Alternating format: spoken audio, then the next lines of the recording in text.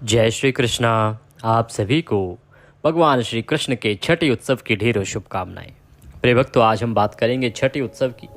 भगवान कृष्ण का जन्म 15 तारीख को जिन्होंने कराया वो छठी कब मनाएंगे, 16 तारीख को जन्म कराने वाले छठी कब मनाएंगे, 20 को, 21 को या 22 को।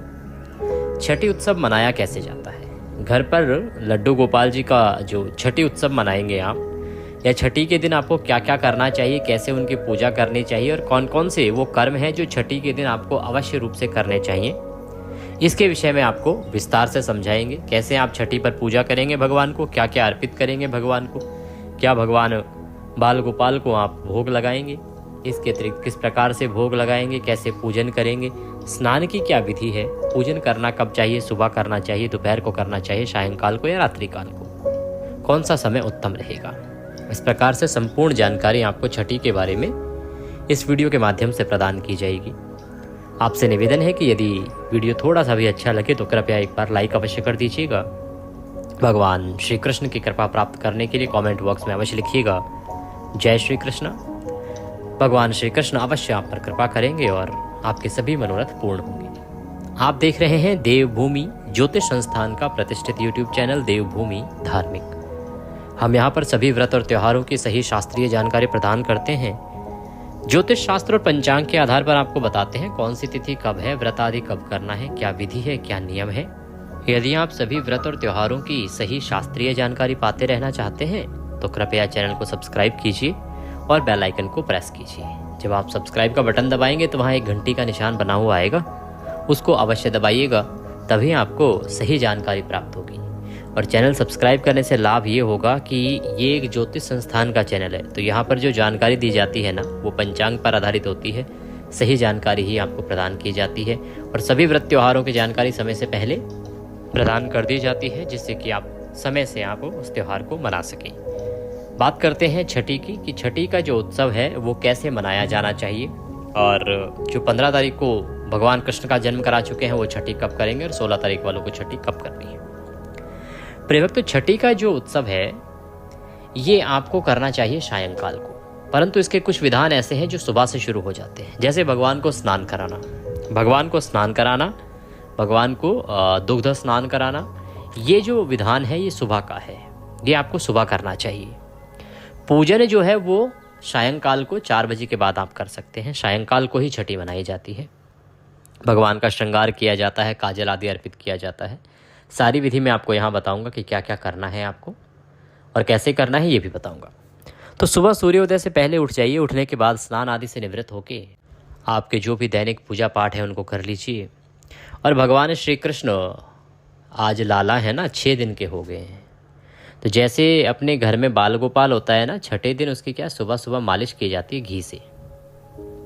बाल स्वरूप आपने लड्डू गोपाल घर पे रखे हुए हैं, अगर लड्डू गोपाल घर पे रखे हुए हैं तो उनको अच्छे से घी से थोड़ा थोड़ा घी लेके प्रेम से लाला की मालिश करो। ये भाव रखो कि आप बाल गोपाल कृष्ण की मालिश कर रहे हैं। जैसे आपके घर में छोटा बच्चा होता है पैदा, तो छठे दिन पर उसकी घी से मालिश करते हैं। मालिश करो लाला की, मालिश करके उसके बाद दूध से स्नान कराओ। दूध से स्नान कैसे कराना है, गाय का दूध ले लीजिए, अगर मिल जाए तो उत्तम रहेगा, अन्यथा जो भी दूध मिल जाए वो ले लीजिए। बहुत ठंडा ना हो, ध्यान रखना, क्योंकि दूध जब डेयरी से आता है तो बहुत ठंडा भी होता है, फ्रिज में रखा होता है। सामान्य तापमान का दूध होना चाहिए, ठीक वैसे ही जिस तापमान को आप सहन कर सके। ये सोचो ना, लल्ला अभी पैदा हुआ है, 6 दिन का है, भाव यही रखो कि बालक है। जब बालक का भाव रखोगे तभी तो भगवान कृपा करेंगे ना। तो बालक को स्नान कराना है, हाथ में पकड़ो, सर के पीछे हाथ जरूर रखना, लाला छोटा है, सर जैसे छोटे बालक को कैसे संभाल के पकड़ते हैं ना कि कहीं गर्दन ना मुड़ जाए। हाँ, क्योंकि गर्दन का सत्व लेता नहीं है, गर्दन कंट्रोल नहीं होता उसका। मैंने तो अभी कुछ समय पहले ही इस चीज़ को देखा है, क्योंकि मेरा अपना पुत्र अभी 5 महीने का हुआ है। आप सभी की दुआओं से वो 5 महीने का है और तंदुरुस्त है। तो बच्चे जैसे छोटे बच्चे होते हैं तो वो अपनी गर्दन नहीं संभाल पाते, तो वैसे ही समझो कि आपके जो बाल गोपाल हैं, लड्डू गोपाल, वो अभी 6 दिन के हुए हैं। तो गर्दन के पीछे हाथ रखते हुए 1 2 और 3 डुबकी गाय के दूध से लगवाओ लाला की। लड्डू गोपाल की 3 डुबकी गाय के दूध में लगवा के फिर उनको शुद्ध जल से स्नान कराओ। एक पात्र में, तांबे का कोई पात्र है तो उसमें विराजमान करो और शुद्ध जल से, गंगा जल युक्त जल से आप उनको अच्छे से नहला दो। दूध साफ हो जाएगा। फिर किसी साफ वस्त्र से उनको पोंछ दो। पोंछ के विराजमान करो। लाला का श्रृंगार करो, कपड़े पहनाओ। आज के दिन नए कपड़े पहनाने चाहिए। तो जिनके पास बन पड़े वो नए पहनाओ। अब किसी के पास अगर ना हो तो कोई बात नहीं, जैसे हैं वो पहनाओ। क्योंकि बालक तो वैसे ही रहेगा जैसे माँ बाप रख पाएंगे। भाई कोई अमीर आदमी है तो वो अपने बच्चों को रोज़ नए कपड़े दिलवाता है।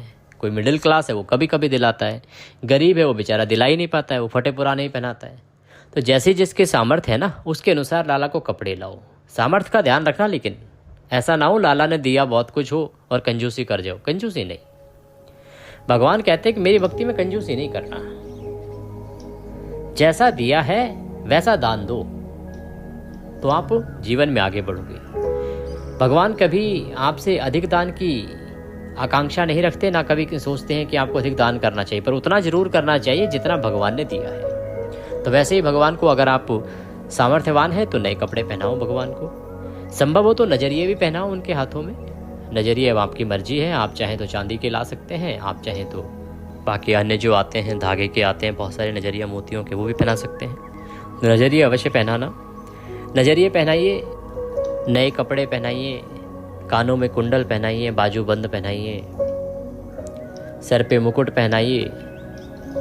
लाला को आज के दिन काजल लगाया जाता है छठी के दिन। छठी के दिन जैसे नया बालक होता है तो उसको काजल लगाया जाता है। वो सारी ये जो चीज़ें आप अपने दैनिक जीवन में करते हैं छठी पर, वो सब आप लड्डू गोपाल के साथ कीजिए। काजल में प्रयास कीजिए ताज़ा काजल बनाइए। भगवान के सामने एक घी का दिया जलाइए। घी का दिया जलाइए भगवान के सामने और उस दिए पर ही काजल बना लीजिए और वह काजल लाला को लगाइए आंखों में। काजल लगाइए। काजल जो है पीछे एक पैर पे भी लगाइएगा और कान के पीछे अवश्य लगाइएगा। नज़र लग जाती है ना, छोटा बालक होता है, बड़ा प्यारा होता है, मनमोहक होता है, नज़र लग जाती है। तो नज़र ना लगे इसके लिए आप काजल लगाइए। काजल लगा के और अच्छे से सजा धजा के मालाएं आदि पहना के श्रृंगार करके विराजमान कर दीजिए। विराजमान करने के बाद अब आप पूजन करेंगे। आपको बता दूं कि पूजन जो होगा वो सायंकाल को होगा। कैसे पूजन करना है उसमें आगे बढ़ते हैं। उससे पहले बताएं कि जो दूध है ना जिसमें आपने स्नान कराया था, उस दूध को प्रसाद रूप में खीर बना सकते हैं आप, या भोग रूप में आप ग्रहण कर सकते हैं। उसको इस प्रकार से प्रयोग कीजिएगा। अब बाल गोपाल का पूजन करते हैं भगवान स्वरूप। पूजन करने के लिए उनके सामने घी का दिया जला है, एक धूप प्रज्वलित कीजिए और अपने सीधे हाथ पे जल लीजिए। एक लोटा ले लीजिए तांबे का, उसमें पहले गंगा जल भरिए, फिर शुद्ध जल भरिए और उससे हम पूजन आरंभ करेंगे। पूजन के लिए आपके पास रौली, मौली, पान, सुपारी, लौंग, इलायची, धूप, दीप, नैवेद्य, फूलों की माला, ये सभी कुछ आपके पास होना चाहिए। तो सारी सामग्री एकत्र कर लीजिए। सामग्री एकत्र करके और पूजन आरंभ करते हैं। भगवान को स्नान हमने पहले ही करा दिया है, पंचामृत और दूध आदि से स्नान करा दिया है। अब हम आगे जो पूजन की सामग्री है वह अर्पित करेंगे। स्नान कराने के बाद लाला को वस्त्र अर्पित किया जाता है। वस्त्र के रूप में आप मौली का एक टुकड़ा अर्पित कर दीजिएगा। आपने नई ड्रेस पहनाई है, नए वस्त्र पहनाए हैं तो उन्हीं को हाथ लगा दीजिएगा कि आपने वस्त्र अर्पित कर दिए हैं। ओम भूर्भुवस्सुः श्री बालकृष्णाय नमः। वस्त्रम समर्पयामि। वस्त्र के रूप में आप अगर नए कपड़े लाए हैं तो वो पहनाएं लड्डू गोपाल को, अन्यथा आप मौली का एक टुकड़ा तोड़िए और वह अर्पित कीजिए। जनेऊ, बाल गोपाल को जनेऊ पहनाई जाएगी क्योंकि भगवान है और बिना जनेऊ के पूजन होता नहीं है। जनेऊ जब अर्पित करें तो ध्यान दीजिएगा कि उसको रौले कुमकुम आदि से तिलक कर लीजिएगा या हल्दी लगा लीजिएगा। ओम भूर्भुवस्सुः श्री बालकृष्णाय नमः। यज्ञोपवीतं समर्पयामि। यज्ञोपवीत अर्पित कीजिए। यज्ञोपवीत अर्पित करने के बाद अब आप बाल गोपाल को तिलक करेंगे। रौले कुमकुम आदि से तिलक कीजिए, गंध अर्पित कीजिए। ओम भूर्भुवस्सुः श्री बालकृष्णाय नमः। गंधम समर्पयामि। अक्षत लगाइए। ओम भूर्भुवस्सुः श्री बालकृष्णाय नमः। अक्षतम समर्पयामि। फूलों की माला है तो माला पहनाइए, अन्यथा खुले फूल अर्पित कीजिए। ओम भूर्भुवः श्री बालकृष्णाय नमः। पुष्पम समर्पयामि माल्यार्पणम कुरु। माला है तो माला पहनाएं, पुष्प अर्पित करें। इत्र अर्पित कीजिए बाल गोपाल को। इत्र को आप रुई पर लगा लीजिए या फूल पर लगा लीजिए और वह चढ़ाइएगा। ओम भूर्भुवः श्री बालकृष्णाय नमः। इत्रम समर्पयामि। आपने स्नान कराया, भगवान को तिलक लगाया, पुष्प अर्पित किए, इत्र आदि अर्पित किया। अब भगवान को आप नैवेद्य अर्पित करेंगे। नैवेद्य के रूप में कोई ऋतु फल ले लीजिए, मिठाई ले लीजिए या मिश्री ले लीजिएगा। ओम भूर्भुवः श्री बालकृष्णाय नमः। नैवेद्यम समर्पयामि। नैवेद्य समर्पित करने के बाद अब आप भगवान को जल आचमनी कराएंगे, तो 1 चम्मच जल अर्पित कीजिएगा भगवान को। ओम भूर्भुवः श्री बालकृष्णाय नमः। जलाचमनिम समर्पयामि। प्रेम से जलाचमनी कीजिए। भगवान को जलाचमनी कराने के बाद तांबूल अर्पित करेंगे भगवान को। तांबूल क्या होता है? पान का पत्ता लेंगे, उस पे 2 लौंग, 2 इलायची और 1 सुपारी रखेंगे, वो तांबूल अर्पित करेंगे। ओम भूर्भुवः श्री बालकृष्णाय नमः। तांबूलम समर्पयामि। तांबूल अर्पित कीजिए। तांबूलम पूंगी फलम शुभ दक्षिणायाम। जो भी दक्षिणा आप लड्डू गोपाल को अर्पित करना चाहते हैं वह दक्षिणा अर्पित कीजिए। ओम भूर्भुवः श्री बालकृष्णाय नमः। शुभ दक्षिणायाम समर्पयामि। शुभ दक्षिणा आप अर्पित कीजिए भगवान को। दक्षिणा चढ़ाइए। दक्षिणा चढ़ाने के बाद बाल गोपाल को नमस्कार कीजिए, प्रणाम कीजिए। बाल गोपाल की आरती कीजिए। आरती आप भगवान कृष्ण की आरती करेंगे तो अलग से एक आरती लगाइए, कर्पूर कीजिए, कर्पूर से आरती करेंगे। आरती करने के बाद शीतलीकरण कीजिए, भगवान को आरती दीजिए, स्वयं आरती लीजिए, पारिवारिक जनों को आरती दीजिए और अब भगवान को भोग लगाने के लिए भोग की थाली सजा लीजिए। भोग में क्या है कि जो छठी का दिन है ना, इसमें विशेष रूप से भोग लगता है कढ़ी चावल का। कढ़ी चावल आप बना सकते हैं, उत्तम है। साथ में बहुत सारे लोग रोटी सब्जी भी बनाते हैं, पराठे या सब्जी भी बना देते हैं। कुछ लोग 56 भोग भी ले आते हैं, उसका भी भोग लगा देते हैं। कढ़ी चावल मुख्यतः छठी के दिन का प्रमुख आहार माना गया है। तो थाली सजाइए लल्ला के लिए। थाली सजाइए, उसमें तुलसी का पत्ता अवश्य रखिए और भगवान के सामने थाली रखिए। पर्दा कर दीजिए। पर्दा करके लल्ला से निवेदन करेंगे।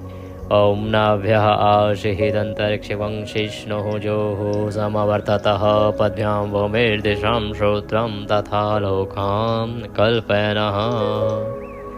जब आप भोग लगा रहे हैं तो घंटी बजाते रहिए। भगवान भोजन ग्रहण कर रहे हैं, ताली बजाइए, पर्दा हटा दीजिए, जलाचमनी कराइए सर झुका के और थाली वहाँ से उठा लीजिए, बाकी प्रसाद में मिला दीजिए। इस प्रकार से आपने छठी का पूजन किया, भगवान को भोग लगाया। अब आप पुष्पांजलि अवश्य कीजिएगा। हाथों में पुष्प लीजिए, पुष्प लेके और लल्ला से निवेदन करेंगे। पुष्पांजलि जो है ना, वो पूजा में किसी भी प्रकार की हुई त्रुटि की पूर्ति के लिए है कि अगर अनजाने में कोई गलती, कोई त्रुटि हो गई हो तो उसके लिए क्षमा याचना है।